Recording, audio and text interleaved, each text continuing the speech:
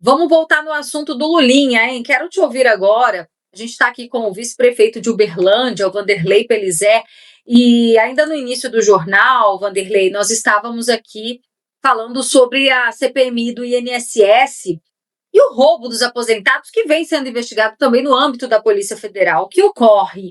Dois servidores da Previdência que estão presos preventivamente, eles já delataram em seus depoimentos o Lulinha, o filho do presidente Lula. Eles apontam como o Lulinha tinha participação direta nesse esquema fraudulento que roubou aposentados e pensionistas, não só ele, como outros políticos.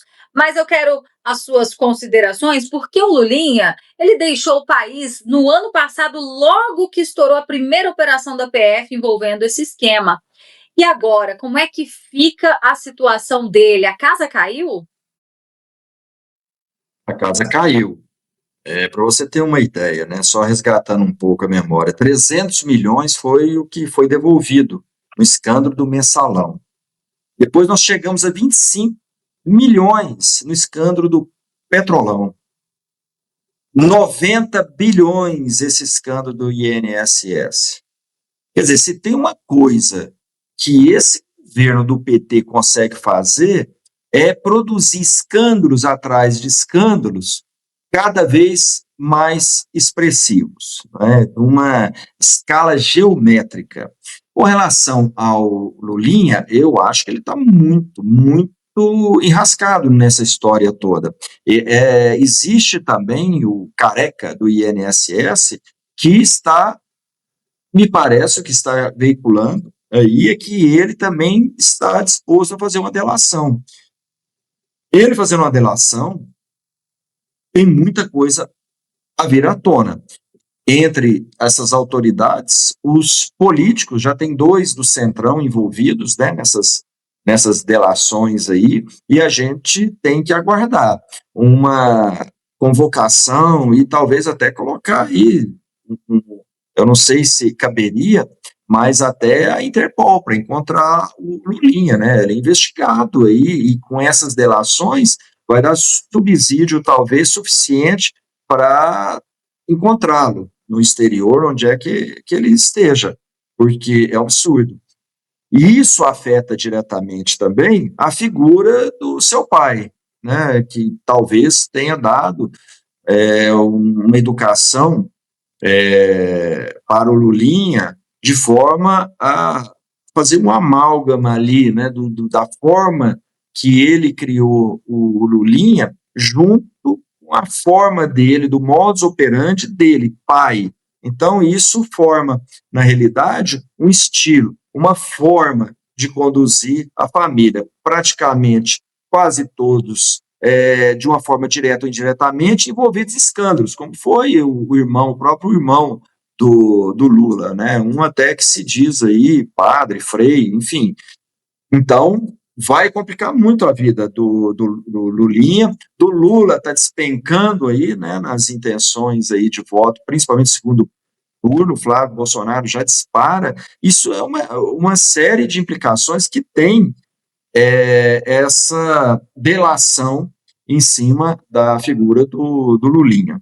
Então, nós esperamos aí que em breve venha, né, ser divulgado aí o conteúdo dessas delações e os formando, né, quer dizer, seguindo os preceitos legais, né, a forma dessa instauração de inquérito, de investigação, que dê cabo a isso e a gente espera que haja, né, pelo menos um pouco de justiça aí, pelo menos para desvendar o que esse Lulinha já fez, tem muito envolvimento dele, né? Até naquele caso do escândalo passado, né, de um apartamento ali nos Jardins, em São Paulo. Então tem muita coisa que ele tem que explicar.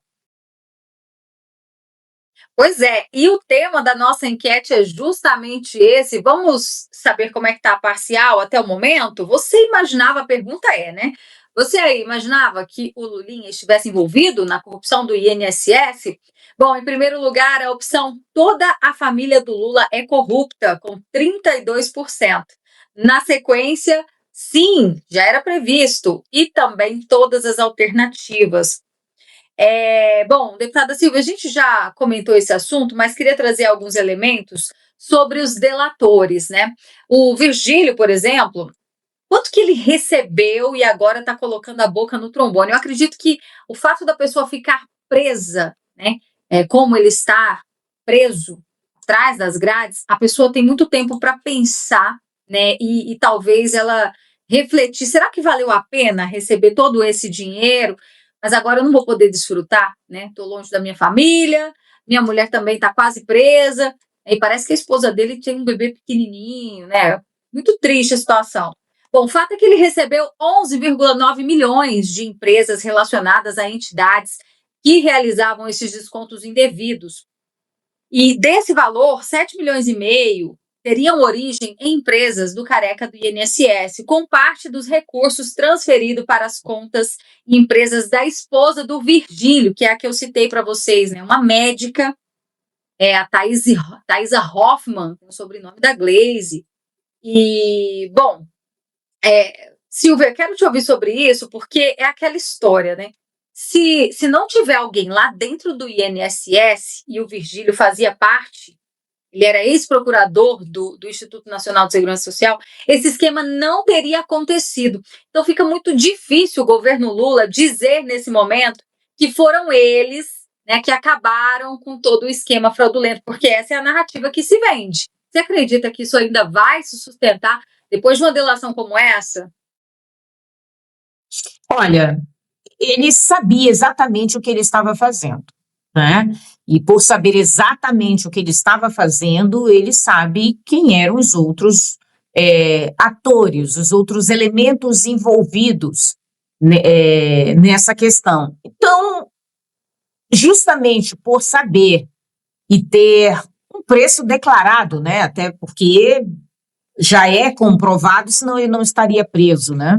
Já é comprovado a participação dele, e óbvio que ele entregou os outros elementos. E isso é a maior prova de que a narrativa de dizer que foi neste governo que trouxeram à tona, olha, foi neste governo que trouxeram à tona e também foi neste governo, em anos anteriores, que eles começaram a se aperfeiçoar nesse crime. Então, se valeu a pena, olha, aquilo que eles desfrutaram, ele sabe o preço que ele pagou, ele sabe o preço que ele tem. Existem seres humanos que têm preço, né? E o valor desse preço, olha, para mim, não compensaria, né? Eu não estaria envolvida nisso.